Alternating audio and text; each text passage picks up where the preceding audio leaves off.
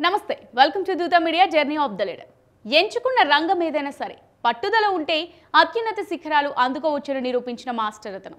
ఓ చిన్న అద్దెగదిలో tuition centre ప్రారంభించి అంచెలంచెలుగా ఎదిగిన ఉపాధ్యాయుడు తన విద్యార్థులు అత్యున్నత విజయాలు సాధించడంలో కీలక పాత్ర పోషించి అనతి కాలంలోనే సక్సెస్ సొంతం చేసుకున్న చదువుల డాక్టర్.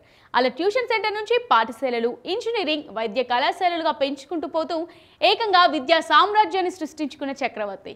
అటు విద్యా సంస్థల అధినేతగా, ఇటు రాజకీయ నేతగా రాణిస్తున్న మంత్రి పొంగూరు నారాయణ పొలిటికల్ జర్నీ గురించి నేడు తెలుసుకుందాం. పొంగూరు నారాయణ 1953 జూన్ 15న నెల్లూరులోని హరినాథపురంలో జన్మించారు. నారాయణ తండ్రి ఓ ప్రైవేట్ బస్ కండక్టర్. దీంతో నారాయణ బాల్యం అంతా చాలా పేదరికంలోనే గడిచింది. అయితే విద్యలో ఎప్పుడూ వెనుకబడలేదు. కాలేజ్ లో చదివేటప్పుడు ట్యూషన్లు చెప్పేవారు. చిన్నపిల్లలే కాదు, తన తోటి విద్యార్థులు కూడా నారాయణ ట్యూషన్లు చెప్పేవారు. ఆయన 1977లో పోస్ట్ గ్రాడ్యుయేషన్ స్టాటిస్టిక్స్ విభాగంలో శ్రీ వెంకటేశ్వర విశ్వవిద్యాలయం నుంచి బంగారు పథకం సాధించారు. ఎంఎస్సీ చేసిన తర్వాత పీహెచ్డీ చేశారు. ఆ తర్వాత నెల్లూరులోని విఆర్ కాలేజ్ లో పార్ట్ టైం లెక్చరర్ గా పనిచేశారు. అలా తాను ఉన్న రంగంలో అత్యున్నత శిఖరాలు అందుకోవాలని పట్టుదలతో ముందుకు సాగారు నారాయణ. కొత్తగా ఏదైనా చేయాలనుకునే తన ప్రస్థానంలో ఎన్నో కష్టాలు ఎదుర్కొన్నారు. నారాయణ తన కోచింగ్ సెంటర్ లో అతి కష్టమైన, క్లిష్టమైన లెక్కల్ని విద్యార్థులకు సులువుగా అర్థమయ్యేలా చెప్పేందుకు కృషి చేశారు. గణితాన్ని చాలా సులభమైన పద్ధతులు చెబుతున్నారన్న విషయం ఆ నోట ఈ నోట పాకి రాష్ట్రమంతా పాకింది. దీంతో మ్యాథ్స్ నేర్పించాలని హైదరాబాద్, విజయవాడ, విశాఖపట్నం నుంచి కూడా పిల్లలను తల్లిదండ్రులు తీసుకొచ్చేవారు. క్రమంలో గణితంతో పాటు ఇతర సబ్జెక్ట్స్ బోధించే ఉపాధ్యాయుల్ని తనతో చేర్చుకున్నారు. అలా ఓ చిన్న ట్యూషన్ సెంటర్ గా ప్రారంభమైన ఆ ప్రస్థానం అతి తక్కువ కాలంలోనే ఓ సక్సెస్ఫుల్ కోచింగ్ సెంటర్ గా మారింది.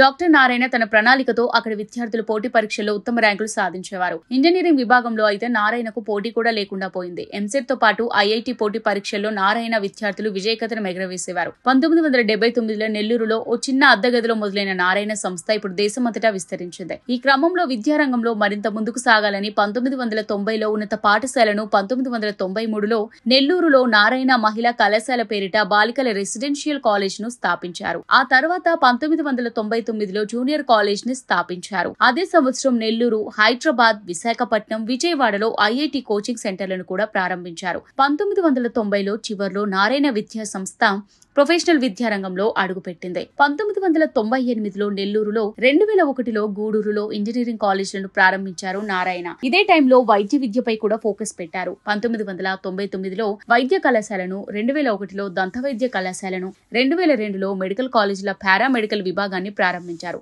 అయితే అదే సంవత్సరం జూనియర్ కాలేజీలు, ఎంసెట్ కోచింగ్ సెంటర్లను తిరుపతి, కర్నూలు, అనంతపురం, రాజమండ్రి, కాకినాడ వంటి పట్టణాల్లో ప్రారంభించారు. ఉత్తర భారతదేశంలోని వివిధ ప్రాంతాల్లో పిఎంటి, ఐఐటి, జేఈఈ కోచింగ్ సెంటర్ల ఏర్పాటుతో నారాయణ విద్యా సంస్థలు మరింత బలోపేతమయ్యాయి. ఈ సంస్థ 2004-05లో కరెస్పాండెన్స్ విభాగాన్ని, 2007లో అఖిల భారత టెస్ట్ సిరీస్ ఆన్లైన్ వెర్షన్ ను ప్రారంభించింది. ప్రస్తుతం నారాయణ విద్యా సంస్థలు దేశంలోని 21 రాష్ట్రాల్లో 6 లక్షల మందికి పైగా విద్యార్థులు, 60,000 మందికి పైగా సిబ్బందితో విద్యా ప్రస్థానం సాగిస్తోంది. విద్యారంగంలో విశిష్ట స్థానాన్ని అధిరోహించిన డాక్టర్ పి నారాయణ రాజకీయ రంగంలో కూడా అడుగుపెట్టారు. టీడీపీ అధినేత, ప్రస్తుత ముఖ్యమంత్రి నారా చంద్రబాబు నాయుడు స్ఫూర్తితో రాజకీయాల్లోకి వచ్చారు. తొలుత టీడీపీ సర్వే విభాగానికి పనిచేసిన ఆయన క్రమంగా క్రియాశీల రాజకీయాల వైపు అడుగులు వేశారు. 2004-2014 వరకు ప్రతిపక్ష పాత్ర పోషించిన టీడీపీ పార్టీకి వెన్నంటి ఉన్న నారాయణ చంద్రబాబు అధికారంలోకి రావడానికి తన వంతు కృషి చేశారు. 2014 ఎన్నికల్లో టీడీపీ అధికారంలోకి రావడంతో చంద్రబాబు కేబినెట్ లో నారాయణకు సముచిత స్థానం కల్పించారు. నవ్యాంధ్రప్రదేశ్ అభివృద్ధి ప్రణాళికలు రూపొందించడంలో భాగస్వామ్యమయ్యారు. మున్సిపల్, పట్టణ అభివృద్ధి శాఖలతో పాటు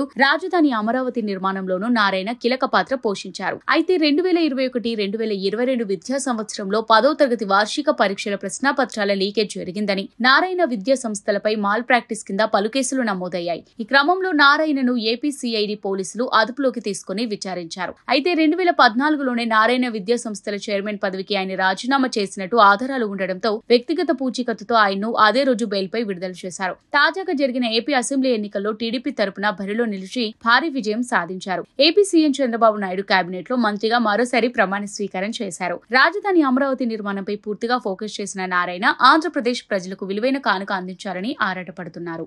ఇది వాటి జర్నీ ఆఫ్ ద లీడర్. మరో లీడర్ ప్రస్థానంతో మళ్ళీ కలుద్దాం. కీప్ వాచింగ్ దూత మీడియా.